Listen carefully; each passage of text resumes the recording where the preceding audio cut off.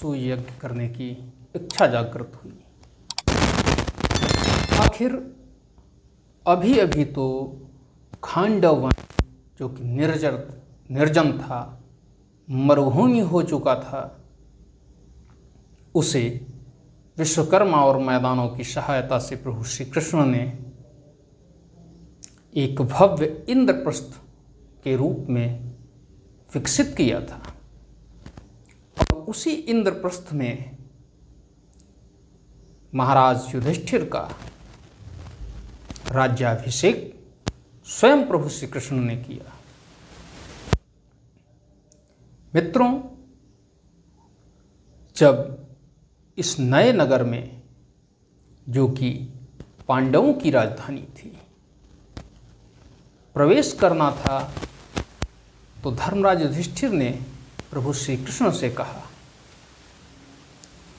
कि हे कृष्ण, आपने ही ये नगर हमारे लिए निर्मित करवाया है, इसलिए सबसे पहले आप ही प्रस्थान करें। तब प्रभु श्री कृष्ण ने उनसे कहा कि हे बड़े भैया, इस नगर के आप राजा हैं, ये नगर आपका है, ये लोग आपके हैं, यहाँ की कण कण भूमि आपकी है, इसलिए आपको ही पहले प्रवेश करना चाहिए। लेकिन माता कुंती ने उनके इस आग्रह को अस्वीकार करते हुए अनुरोध किया और कहा कि हे केशव, मैं धर्मराज युधिष्ठिर की इस बात से सहमत हूँ कि आप ही इस नगर में पहले प्रवेश करें। यदि आपके चरण कमल इस नगर में सबसे पहले पड़ेंगे तो हमारे पांचों पुत्रों को अभयदान मिलेगा, वह यशस्वी होंगे, उनकी कीर्ति दूर दूर तक चारों दिशाओं में फैल जाएगी। जब अपनी बुआ कुंती की ये बात सुनते हैं प्रभु श्री कृष्ण, तो कहते हैं कि अब जब मेरी बुआ कुंती और मेरे बड़े भैया धर्मराज यही चाहते हैं, तो मैं उनके आग्रह पर विवश हूँ और प्रभु श्री कृष्ण का तिलक करके उन्हें सबसे पहले इंद्रप्रस्थ नगर में प्रवेश करने के लिए कहा जाता है और वह प्रवेश करते हैं। उनके साथ ही समस्त पांडुपुत्र, माता कुंती और पांचाली सहित कुछ नगरवासी जो वहाँ आना चाहते थे, विप्रगण जो कि युधिष्ठिर का राज्याभिषेक करवाने वाले थे, सब उस महल के अंदर प्रवेश कर गए। महल में पहुँचते ही जो भी उसके अंदर घुसता था, उसकी अलौकिकता को देखकर अत्यंत ही प्रसन्नचित्त हो जाता था। वह खो जाता था कि उसने ऐसा अद्भुत महल आज तक कभी नहीं देखा है।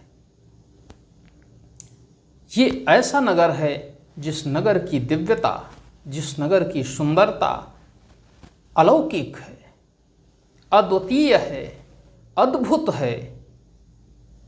हर कोई विस्मित हो जाता था। लेकिन जो उनके सामने था वह कोई दिवास्वप्न नहीं था, बल्कि वही तो सत्यता थी। इस तरह से सब लोग मिल करके पूरे महल का विचरण करते हैं और उसका दर्शन करते हैं। दर्शन करते हुए उस सभा में पहुंचते हैं, जो सभा देवराज इंद्र ने विशेषतः मैदानों से कहकर के बनवाई थी, जो कि स्वर्ग की सभा से भी अत्यंत सुंदर थी। उस सभागार में जब सब पहुँचते हैं, तब वहीं पर धर्मराज युधिष्ठिर का राज्याभिषेक स्वयं प्रभु श्री कृष्ण करते हैं। इस तरह से धर्मराज युधिष्ठिर का राज्याभिषेक हो जाता है। उनके भाई भीम, अर्जुन, नकुल, सहदेव सभी उनके अनुचर के रूप में उपस्थित होते हैं। मित्रों, यहाँ पर एक विषय ऐसा है जिस पर विचार करने की आवश्यकता है कि 5 भाई थे। महाराज पांडु के 5 पुत्र थे और उनमें सबसे बड़े युधिष्ठिर थे। युधिष्ठिर जो कि भीम जैसे शक्तिशाली नहीं थे, अर्जुन जैसे धनुर्धर नहीं थे, नकुल जैसे तलवारबाज नहीं थे, साथ ही साथ सहदेव जैसे भविष्यवेत्ता नहीं थे। वह सत्यवादी थे, लेकिन अन्य चारों राजकुमारों के द्वारा उन्हें हर तरह से पिता तुल्य समझा गया। आज के परिदृश्य में इस घटना का उल्लेख करना अत्यंत ही आवश्यक है। आज हमारे हिंदू समाज में परिवार एकल होते जा रहे हैं। हम कभी नहीं सोचते हैं कि हम संयुक्त परिवारों में कैसे रहें और सुख चैन के साथ रहें। मित्रों, एकल परिवारों में रहने वाले लोग वही हैं जैसे तब थे वैसे ही आज हैं, बस अंतर है तो उनकी सोच में। यदि हम उस सोच को उन लोगों की तरह ले जाएं जो हमारे पूर्वज, हमारी महान विभूतियाँ हुए हैं, हम उनके बारे में पढ़ना भी नहीं चाहते। अक्सर हम देखते हैं लोग नॉवेल्स पढ़ते हैं, अपने धर्म ग्रंथ नहीं पढ़ते हैं। यही कारण है कि आज हमारे पूर्ण हिंदू समाज में अस्थिरता व्याप्त है। हम कमज़ोर होते जा रहे हैं। विकास का मायने क्या होता है हम ये नहीं समझ पा रहे हैं। हम पाश्चात्य सभ्यता का अनुकरण करते जा रहे हैं। हमारे सामने कई चालें चली जाती हैं और कुछ तो ऐसी होती हैं जिन्हें हम जान ही नहीं पाते हैं और कुछ ऐसी होती हैं जिन्हें हम जान तो जाते हैं लेकिन हम उन पर कभी विचार नहीं करते। हमें सोचने की आवश्यकता है, चिंतन मनन करने की आवश्यकता है कि आखिर क्या कारण है कि हम अपने महान गौरवपूर्ण इतिहास को दोहरा नहीं पा रहे हैं। मित्रों, 5 पांडव धर्मराज युधिष्ठिर को सम्राट बनाते हैं और उनके इर्द गिर्द भीम, अर्जुन, नकुल, सहदेव सेना नायक के रूप में उपस्थित होते हैं। उनके एक ही आदेश की हर क्षण प्रतीक्षा किया करते हैं कि बड़े भैया कब आदेश देंगे और हमें उसे पालन करने का अवसर प्राप्त होगा। मित्रों, प्रभु श्री कृष्ण अभी उनके साथ हैं, क्योंकि प्रभु श्री कृष्ण जब तक उनसे दूर थे वह लगातार आपत्तियों से घिरे हुए थे और जब तक प्रभु श्री कृष्ण उनके साथ रहेंगे आपत्तियां उनसे दूर जाती रहेंगी। और आज ऐसा ही समय पांडवों के साथ आ चुका था जो उनकी लगातार मदद कर रहा था। मित्रों, जब 5 पांडुपुत्र महाराज युधिष्ठिर के साथ बैठे हुए थे तभी देव ऋषि नारद का आगमन होता है। और आप तो जानते हैं कि देवर्षि नारद का आगमन होना कोई सामान्य घटना नहीं होती है। वह जब जब कहीं पर प्रकट होते हैं तो कुछ न कुछ विशेष लेकर ही आते हैं और आज भी वह कुछ विशेष लेकर ही आए हैं। देवर्षि नारद ज्यों ही नारायण नारायण शब्द का उच्चारण करते हैं त्यों ही 5 पांडुपुत्र उठकर खड़े हो जाते हैं और देवर्षि नारद को सादर प्रणाम करते हैं। देवर्षि नारद उनको आशीर्वाद देते हैं और सबके आग्रह पर आसन ग्रहण करते हैं। आसन ग्रहण करते ही धर्मराज युधिष्ठिर उनसे कहते हैं कि हे देवर्षि, क्या आज्ञा है मेरे लिए? मैं क्या कर सकता हूँ जिससे आपको सुख मिले? ज्यों ही ये बात सुनते हैं नारद जी, त्यों ही कहते हैं कि आप इंद्रप्रस्थ जैसा भव्य नगर बसाकर उसे अपनी राजधानी बनाकर जो काम किया है उससे मैं भी अत्यंत प्रसन्न हूँ और आपके पूर्वज भी अत्यंत प्रसन्न हैं, जो कि स्वर्ग में अत्यंत सुखमय जीवन व्यतीत कर रहे हैं। मैं यहाँ पर आपके पिताश्री का आशीर्वाद लेकर आपके पास आया हूँ, जो उन्होंने आपके लिए भेजा है। जब ये बात धर्मराज युधिष्ठिर सहित अन्य चारों भाई सुनते हैं तो वह अत्यंत प्रसन्न हो जाते हैं और वह अपने कुल की भूरी भूरी प्रशंसा करने लगते हैं। तभी देवर्षि नारद कहते हैं कि हे राजन, आपके पिताश्री सुखमय जीवन व्यतीत कर रहे हैं, परंतु शब्द आते ही सबकी भाव भंगिमाएं बदल जाती हैं। एक नई बात सुनने के लिए उनके कान बेहवल हो जाते हैं और वह देवर्षि नारद को एकटक देखने लगते हैं। इसी बीच धर्मराज युधिष्ठिर प्रश्न करते हैं कि देवर्षि, परंतु क्या? तब देवर्षि नारद उनसे कहते हैं कि आपके पिता पांडु से मैं अभी अभी मिलकर आया हूँ।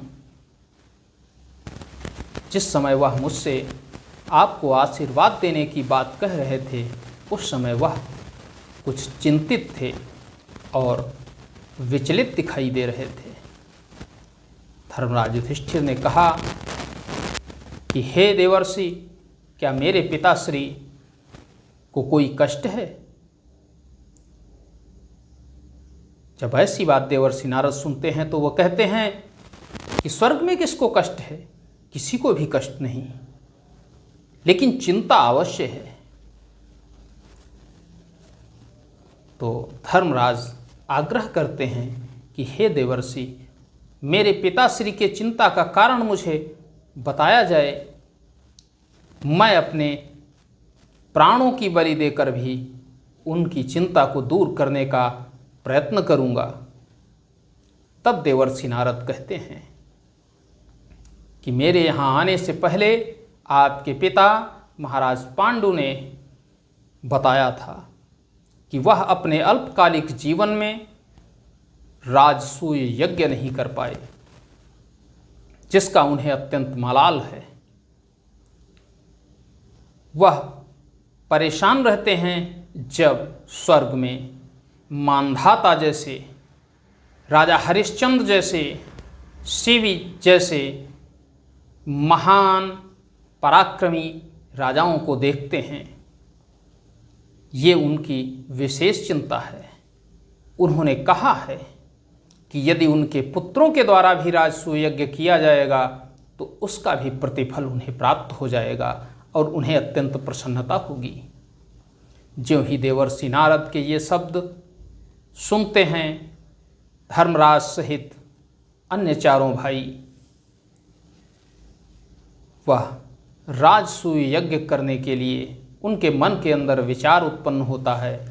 और तब धर्मराज युधिष्ठिर देवर्षि नारद को साक्षी मानकर अपने चारों भाइयों सहित ये प्रण करते हैं कि वह ऐसा राजसूय यज्ञ करेंगे जिसको आने वाली पीढ़ियां याद रखेंगी। मित्रों, ये कोई छोटा मोटा यज्ञ नहीं था। राजसूय यज्ञ का मतलब है चतुर्दिश विजयी यज्ञ, जिसमें कोई भी ऐसा राजा नहीं बचना चाहिए जो कि आपके ध्वज तले ना आ जाए। या तो वह आपके शरण स्वीकार करे या युद्ध करे। प्रण तो हो गया, अब उस प्रण पर चिंतन मनन की आवश्यकता थी। तो प्रभु श्री कृष्ण के साथ पांचों पांडव बैठे हुए हैं और विचार विमर्श होता है। तब प्रभु श्री कृष्ण कहते हैं कि उसके लिए चारों दिशाओं के समस्त राजाओं को विजित करना होगा। धर्मराज युधिष्ठिर कहते हैं उनसे कर भी प्राप्त करना होगा। तब प्रभु श्री कृष्ण कहते हैं कि जो राजा आपके मित्र हैं वह कर नहीं देंगे, उनसे कर का आग्रह भी नहीं किया जा सकता है, वह उपहार देंगे और सहयोग प्रदान करेंगे। लेकिन जो राजा आपसे द्वेष मानते हैं उनके साथ युद्ध करना होगा। ज्यों ही ये बात सुनते हैं धर्मराज युधिष्ठिर तो वह कहते हैं कि हे मधुसूदन, मैं अपने चारों भाइयों को अभी इसी क्षण अपना सेनापति नियुक्त करता हूँ और चारों भाई चारों दिशाओं में जाकर समस्त राजाओं को विजित करेंगे।